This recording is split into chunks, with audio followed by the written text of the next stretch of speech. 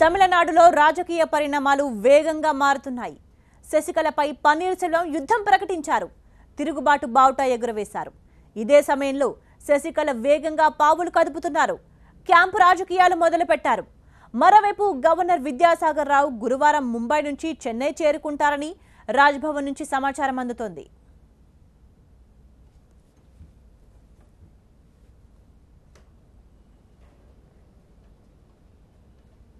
క్షణ క్షణానికి అనూహ్య మార్పులు చోటు చేసుకుంటున్నాయి. శశికళ కోసం ముఖ్యమంత్రి పదవికి రాజీనామా చేసిన పన్నీర్ సెల్వం బుధవారం ధిక్కార స్వరం వినిపించారు. తనకు ఎంతో మంది ఎమ్మెల్యేల మద్దతు ఉందని ప్రకటించారు. అసెంబ్లీలో బలం నిరూపించుకుంటానని స్పష్టం చేశారు. ఆయన అవసరమైతే సీఎం పదవికి చేసిన రాజీనామాను ఉపసంహరించుకుంటానని కూడా చెప్పారు పన్నీర్ సెల్వం. జయలలితను ఆసుపత్రిలో తనను ఒక్కసారి కూడా చూడనివ్వలేదని ఆరోపించారు పన్నీర్ సెల్వం. జయ పక్కన హాస్పిటల్లో శశికళ ఒక్కరే ఉన్నారని తెలిపారు. పార్టీ మారే ఉద్దేశం లేదని స్పష్టం చేశారు. సీఎం పదవిలో తానే ఉండాలని చివరి వరకు అమ్మ కోరుకున్నట్లు తెలిపారు. ఇప్పటి వరకు 10% మాత్రమే మాట్లాడాలని, ఇంకా మాట్లాడాల్సింది చాలా ఉందన్నారు పన్నీర్. తనను బలవంతంగా రాజీనామా చేయించారని ఆరోపించారు.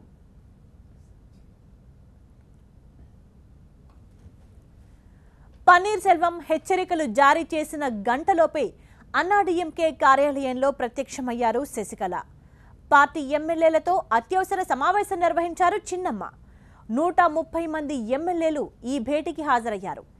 ఎమ్మెల్యేలతో పార్టీ కార్యాలయం ముందు పరేడ్ నిర్వహించిన శశికళ వర్గం తర్వాత క్యాంపు రాజకీయాలు మొదలుపెట్టింది. నగరంలోని 5 హోటళ్లకు ఎమ్మెల్యేలను తరలించింది. వారి నుంచి మొబైల్ ఫోన్లు కూడా లాక్కున్నారు. మరోవైపు అన్నాడీఎంకే ఎంపీలు గురువారం రాష్ట్రపతి ప్రణబ్ ముఖర్జీతో భేటీ కాబోతున్నారు. శశికళ కూడా రాష్ట్రపతిని కలిసే అవకాశాలున్నాయి. ఇప్పటికే ప్రెసిడెంట్ అపాయింట్మెంట్ కూడా కోరారు ఎంపీలు. దాదాపు 130 మంది ఎమ్మెల్యేలు శశికళ వెంటే ఉన్నారన్నారు. లోక్సభలో అన్నాడీఎంకే ఫ్లోర్ లీడర్ తంబిదురై.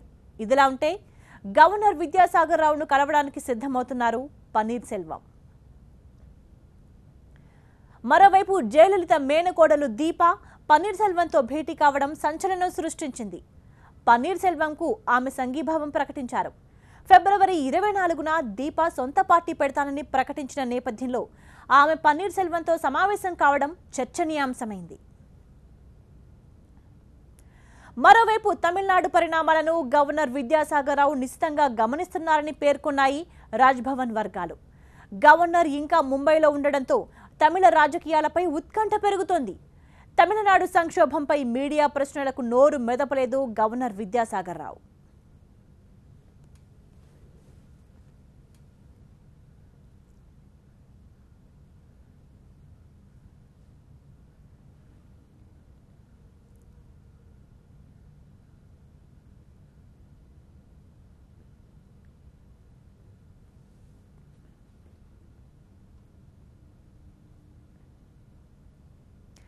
పన్నీర్ సెల్వం తిరుగుబాటుతో తమిళ రాజకీయం ఒక్కసారిగా మలుపు తిరిగింది. ఇప్పటిదాకా ఉన్న సీన్ వేరు, అర్ధరాత్రి నుంచి తీసుకున్న టర్న్ వేరు. శశికళ సీఎం అవుతోందా? ఆమె మెడకు చుట్టుకున్న కేసుల తీరు చూస్తుంటే ఆమెకు సీఎం అయ్యే ఛాన్స్ ఉందా? పన్నీర్ సెల్వంకు మెజారిటీ ఉందో లేదో ఇంకా పూర్తిగా లెక్క తేల్లేదు. కానీ ఆయన మళ్ళీ సీఎం అవుతారా? డిఎంకే మద్దతు ఆయనకు ఉంటుందా? లేదంటే రాష్ట్రపతి పాలన విధిస్తారా? తమిళనాడు పాలనలో అస్తవ్యస్తంగా ఉన్న పరిస్థితిలో నెక్స్ట్ ఏంటి అన్నది రొంబ సస్పెన్స్. ఇప్పుడున్న పరిస్థితుల్లో పన్నీర్ రాజీనామాను వెనక్కు తీసుకోవడం కూడా సిద్ధమే. మరి అమ్మ మరణం తర్వాత తనను ముఖ్యమంత్రిగా చేసిన వాళ్లే అవమానించి మరీ రాజీనామా చేయించారన్నది పన్నీర్ ఆరోపణ. ఇదే విషయాన్ని మీడియా ముఖంగా వెల్లడించిన ఆయన అవసరమైతే రాజీనామాను వెనక్కు తీసుకుంటా అంటున్నారు. మరి అందుకు గవర్నర్ అంగీకరిస్తారా?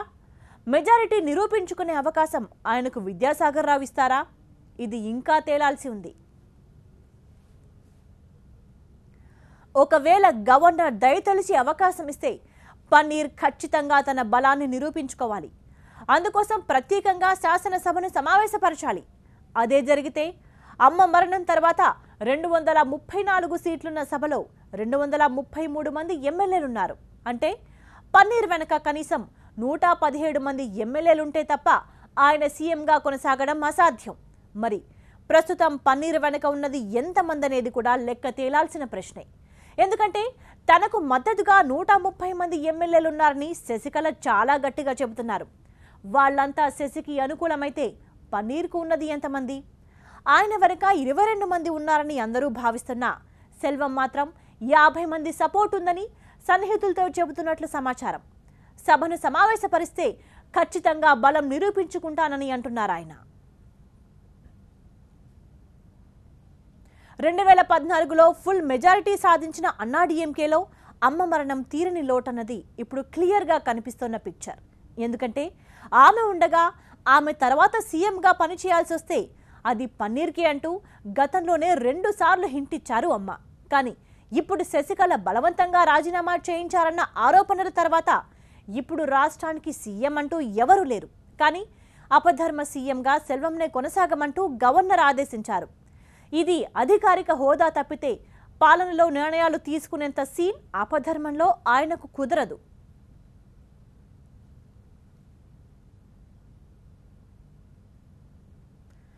ఒకవేళ పన్నీర్కు బలం నిరూపించుకునే అవకాశం ఉంటే డీఎంకే బేషరతుగా మద్దతు ఇస్తామంటుంది. డీఎంకే కాంగ్రెస్ కూటమికి 90 మంది సభ్యుల బలం ఉంది. ఇప్పుడున్న పరిస్థితుల్లో అక్కడ పార్టీ ఫిరాయింపు చట్టం కూడా వర్తించదు. ఎందుకంటే వీళ్ళంతా బయట నుంచి పన్నీర్కు మద్దతు పలుకుతారు కాబట్టి. ఒకవేళ డీఎంకే ఇంత సాహసం చేసినా అది మళ్ళీ ఎన్నికల దాకా కొనసాగుతోందా అన్నది కూడా ఆలోచించాల్సిన పాయింటే.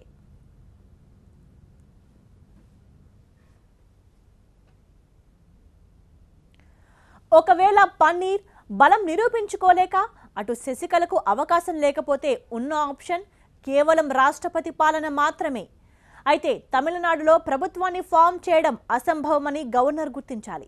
ఇదే పరిస్థితి కొనసాగితే ఆ పరిస్థితి రావచ్చంటున్నారు విశ్లేషకులు.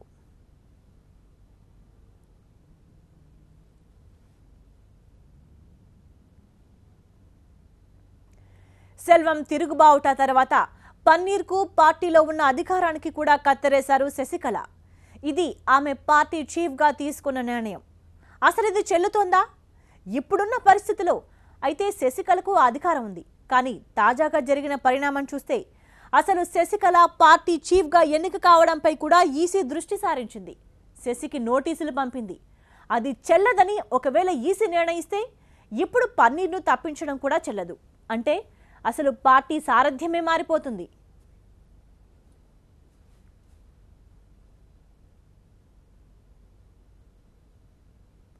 గవర్నర్కు ఉన్న విశేష అధికారాలు కూడా ఇప్పుడు ప్రస్తావించుకోవాల్సిన విషయమే.